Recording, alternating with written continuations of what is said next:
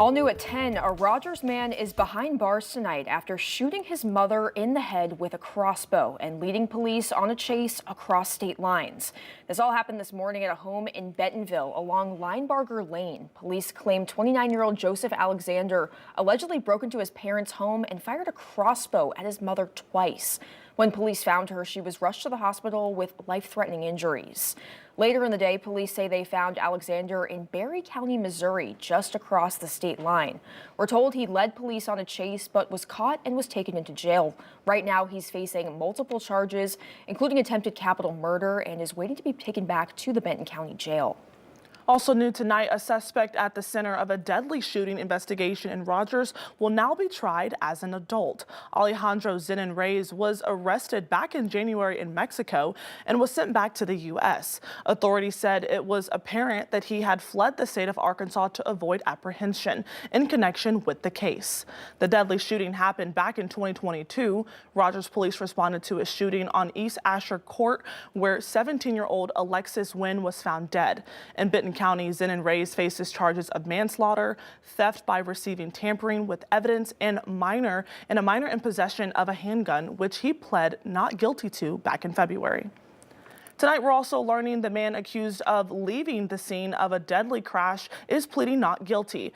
John Bailey was arrested last week after the crash on Tennessee Ridge Road just north of Fort Smith. The motorcyclist that was hit was rushed to the hospital but later died. Bailey's now charged with leaving the scene of a crash resulting in injury or death and negligent homicide. It's deeply troubling. I mean, to begin with, you're discussing war plans over the Signal app. I mean, that's just unimaginable. This is one of the most stunning breaches of military intelligence I have read about in a very, very long time. Tonight, House and Senate Democrats are calling for investigations after sensitive military plans were shared in an unsecured group chat. Classified details of the U.S. attack plans were first shared with Jeffrey Goldberg, editor-in-chief of the Atlantic magazine. He'd been added accidentally to a group chat of senior administration officials.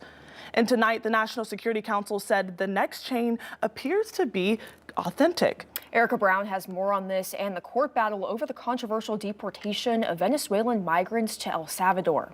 Highly sensitive military plans about this U.S. offensive on Houthi rebels in Yemen were shared in an encrypted but unsecured group chat ahead of the attack. On the text chain, 18 people, including Vice President J.D. Vance, Secretary of Defense Pete Hegseth, and National Security Advisor Mike Waltz, who accidentally invited journalist Jeffrey Goldberg to the chat. The editor-in-chief for The Atlantic published a story about the security breach Monday. I found it completely improbable that the top national security leadership in the United States would be discussing on a commercial messaging app the possible imminent attack on another country, and that they would mistakenly, I assume mistakenly, invite the editor-in-chief of The Atlantic magazine into their discussion. A National Security Council spokesman says the text chain on the messaging app Signal appears to be authentic.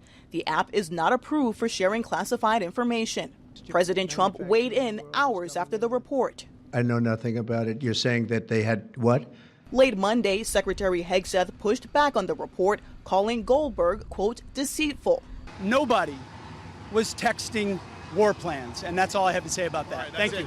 Top Democrats are demanding an investigation. It's bad enough that a private citizen was added to this chain, but it's far worse that sensitive military information was exchanged on an unauthorized application. The Trump administration was also back in court Monday appealing a federal judge's order that temporarily blocked the controversial deportation of Venezuelan migrants to El Salvador. U.S. District Judge James Boasberg ruled that the Venezuelan migrants were entitled to due process. During an appeals hearing, one judge argued Nazis detained in the U.S. during World War II received better legal treatment than the migrants deported to El Salvador. The appeals panel has not yet issued a ruling.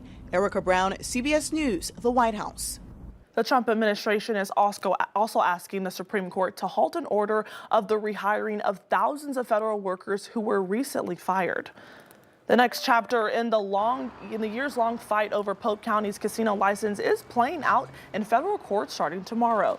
The Cherokee Nation is trying to reclaim its license for a $320 million resort after Arkansas voters struck it down in the November election. The tribe says that move violated the U.S. Constitution, and now a federal judge will decide if the casino still has a path forward. Polk County Judge Ben Cross, a supporter of the project, is expected to testify. They put us in a coffin, but they forgot to put the nails in. Hog fans are still riding the high after the Razorbacks took down number 2 seed St. John's on Saturday. The team is now headed out west to San Francisco to take on the Red Raiders Thursday night in the Sweet 16. And that phrase, "they forgot to put the nails in," has been spreading like crazy among Hog fans. Right now, local businesses are just trying to keep up. We spoke with 2 stores about how much they can actually prep for the Hogs to stay alive. It gets kind of crazy when March Madness starts. Everybody just kind of loses their mind. I don't know how to explain it. And even crazier when the Hogs beat the number 2 seed St. John's. I've been on the phone with vendors all day. Nobody had Arkansas making it this far. Nobody sent me any information.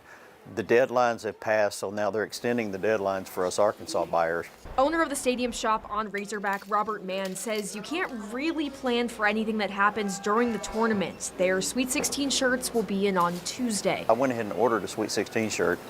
Glad I did. Now they're all scrambling, trying to get Final Four stuff for us in case we make it. As a loyal Hog fan, they want to see the Razorbacks do well. And it is good for business when they win.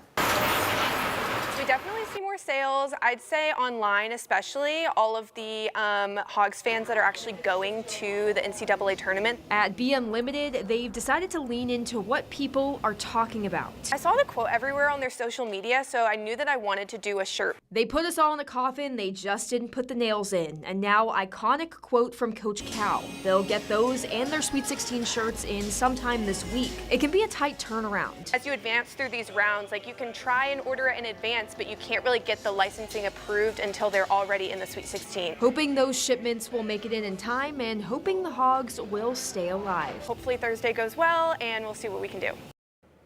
UA Fort Smith is launching a new scholarship program to help get rid of financial barriers for students. The program, UFIS Guarantee, will look into cover tuition and mandatory fees after eligible students apply for grants, scholarships, and other financial aid. The program is meant for undergraduate degree-seeking students who live in Arkansas and meet specific financial aid criteria.